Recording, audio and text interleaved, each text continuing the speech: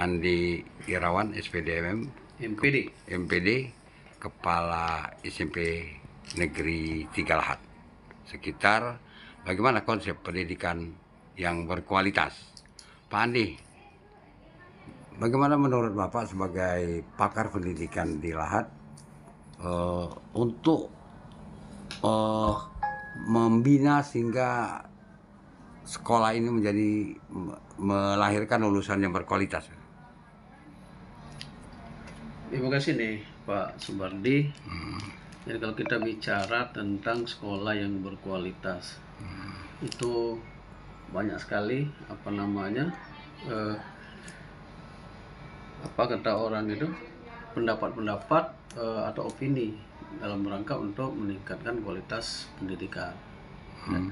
Jadi mungkin perlu kami ingatkan lagi, kami bukan MM tapi MPD. MPD ya. Magister Pendidikan. Ya. Nah, jadi kalau kita menginginkan output yang berkualitas atau yang kita inginkan di dalam masyarakat, ya, pendidikan itu tidak terlepas dari pembangunan fasilitas dan pembangunan sumber daya manusianya. Ya. Nah, fasilitas di sini yang bagaimana? Yang sudah pasti yang berhubungan dengan kegiatan proses belajar mengajar di sekolah, ya, yang dapat mendukung kegiatan KBM itu. Misalnya apa, ya kan? Kalau membutuhkan IT, berarti di sana dipenuhi dengan yang namanya alat komputer dan sejenisnya. Di sekolah itu harus ada WiFi, ya kan, dan sejenisnya. Jadi kita ada ada CCTV. Ini berhubungan semua untuk pembangunan fasilitas sekolah tadi, ya kan.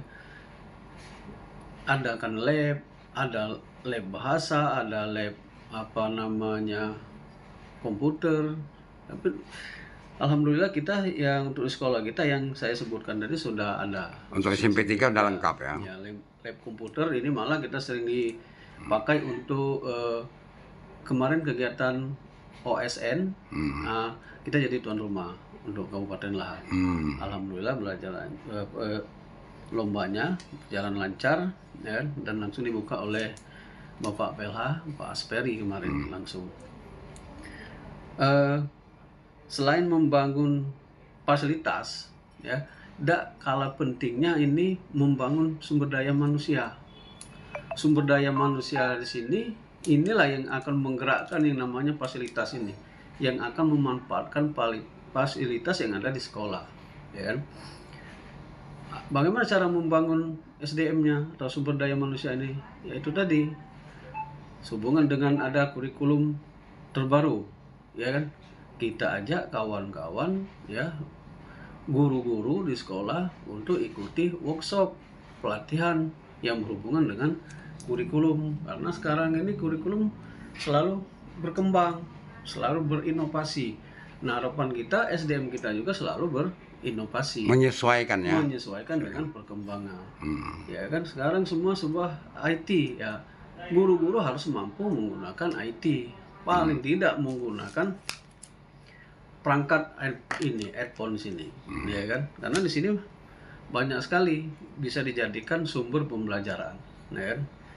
Nah, selain itu apa, ya, kita bangun karakter anak, ya kan, dengan apa? Dengan memberikan bimbingan pengajian, ya, membiasakan kalau di tempat kita ini sholat berjamaah, sholat duha, duha berjamaah, sholat zuhur berjamaah, sholat asar berjamaah, ini sudah kita terapkan. Itu apa? Membangun SDM-nya tadi. Jadi bukan hanya guru dengan SDM yang bagus tadi bisa mengaplikasikannya ke anak.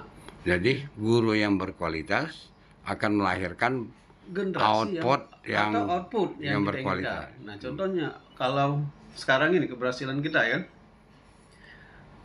anak-anak kita sekarang sudah banyak yang tapis Al-Quran, ya, yang hafal Al-Quran, sudah 30 juz. Cuman kita beri penghargaan terhadap mereka-mereka yang punya prestasi di bidang keagamaan ini, ya. Kemudian anak-anak kita tahun ini banyak masuk di sekolah-sekolah negeri.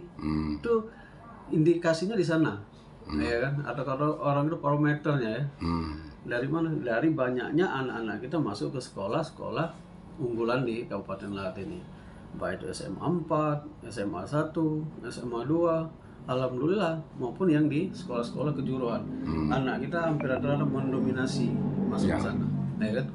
Dilihat dari mana? Ya dari laporan-laporan sekolah yang memberikan hasil pengumuman mereka. Gitu. Jadi tidak, kalau orang berpikir ya kan, untuk menghasilkan output itu selalu berpikir carilah input yang bagus, ya kan? Kalau input sudah bagus, ya itu sebenarnya bukan tantangan lagi. Kita cari, tidak jadi masalah kalau masalah input. Semua anak masuk di sini kami ratakan sama. Tapi di dalam ini akan kita jadikan mereka mempunyai kompetensi yang hebat. Maka ada istilah kami itu, ya kan? Teks lain kata orang itu, ya kan? Membangun karakter, mengasah potensi. Nah di sini tempatnya di sekolah ini. Ya. Jadi kami tidak anti dengan anak yang nakal, dengan anak yang berkualitas atau yang sama, karena di sini tempat membangun karakter, mengasah potensi. Jadi harus berhasil membina anak yang nakal menjadi baik kan? Itu yang namanya pendidikan. Ya kan? Siapa yang akan ini dengan SDM guru yang berkualitas tadi. Jadi jangan kita ragu.